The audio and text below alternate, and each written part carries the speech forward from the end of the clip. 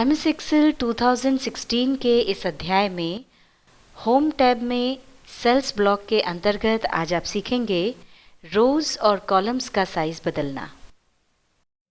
अगर आपको हमारी ये वीडियो पसंद आए तो इसे लाइक करें, अन्य लोगों के साथ इसे शेयर करें और नई वीडियोस की जानकारी के लिए हमारे YouTube चैनल को सब्सक्राइब करें।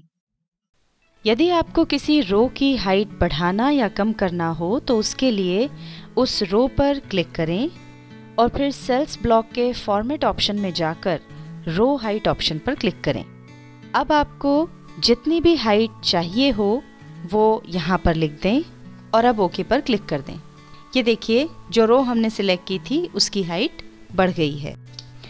दूसरा तरीका ये है कि जिस रो की हाइट आप बढ़ाना चाहते हैं उस रो पर माउस रखें और क्लिक करके उसे ड्रैग करें। ये देखिए, ड्रैग करने पर इसकी हाइट आप देख सकते हैं कि बढ़ रही है। जितनी भी आपको हाइट बढ़ानी हो उतना ड्रैग करके फिर उसे छोड़ दें।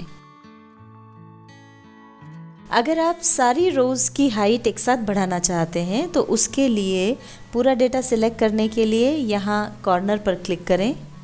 अब या तो सेल्स ब्लॉक में फॉर्मेट में जाकर के रो हाइट बढ़ा लें या फिर किसी भी एक रो की लाइन पर माउस रख करके क्लिक करें।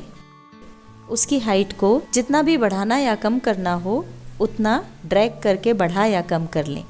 जब आप बटन छोड़ेंगे तो सारी रोज़ की हाइट उस हिसाब से बढ़ या घट जाएगी। यदि रो को ड्रैग करके हाइट बढ़ाने या कम करने से हम एग्जैक्ट हाइट सेट नहीं कर पा रहे हैं, जैसे ये हमने पहली रो की हाइट बढ़ाई, हमको लग रहा है कि ये हाइट ज़्यादा हो गई है, तो इसे आप ऑटो फिट ऑप्शन की सहायता से एडजस्ट कर सकते हैं। उसके लिए सेल्स ब्लॉक में फॉर्मेट में जाकर ऑटो फिट रो हाइट पर क्लिक करें। अब ये देखिए, टेक्स्ट के हिसाब से रो की हाइट अपने आप एडजस्ट हो गई है। या फिर रो की जो लाइन है उस पर डबल क्लिक करने से भी अपने आप हाइट एडजस्ट हो जाएगी।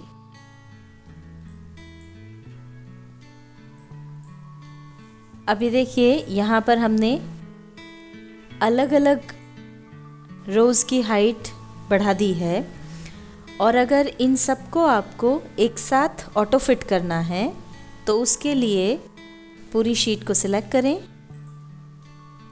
और उसके बाद फॉर्मेट में जाकर के ऑटो फिट रो हाइट पर क्लिक कर दें या फिर किसी भी रो नंबर की लाइन पर डबल क्लिक कर दें। ये देखिए, ये सारी की सारी रो हाइट ऑटो फिट हो गई है।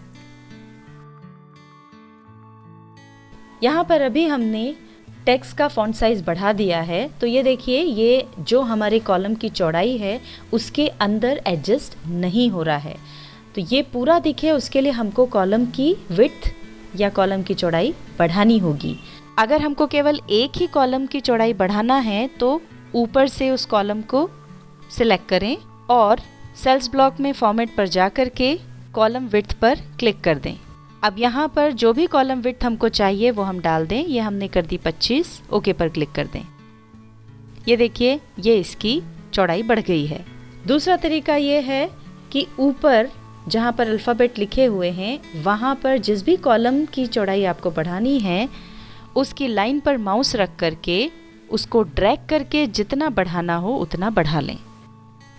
और अगर सभी कॉलम्स की विड्थ आपको एक साथ बढ़ानी है तो उसके लिए स्टार्टिंग में जाकर के क्लिक करें और सेल्स ब्लॉक के फॉर्मेट में जाकर के कॉलम विड्थ पर क्लिक करें और अब यहाँ पर जो भी चौड़ाई चाहिए वो टाइप कर दें और ओके पर क्लिक कर दें।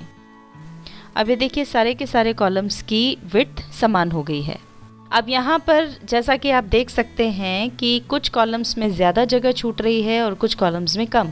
तो अगर आप चाहते हैं कि टेक्स्ट के हिसाब से कॉलम की चौड़ाई एडजस्ट हो जाए तो उसके लिए स्टार्टिंग में कॉर्नर पर जाकर के क्लिक करें। अब या तो आप फॉर्मेट में auto fit column width option पर क्लिक कर दें या फिर किसी भी कॉलम की लाइन पर डबल क्लिक कर दें। ये देखिए, सारे कॉलम की विड्थ जो है वो टेक्स्ट के अकॉर्डिंग ऑटो फिट हो गई है। अगर किसी एक ही कॉलम की चौड़ाई आपको एडजस्ट करनी है तो वो आप ऊपर कॉलम की लाइन पर डबल क्लिक करके भी एडजस्ट कर सकते हैं।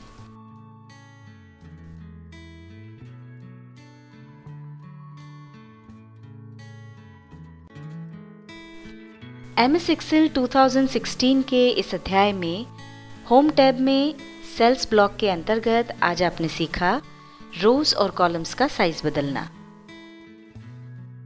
अगर आपको हमारी ये वीडियो पसंद आई हो तो इसे लाइक करें, अन्य लोगों के साथ इसे शेयर करें और नई वीडियोस की जानकारी के लिए हमारे YouTube चैनल को सब्सक्राइब करें।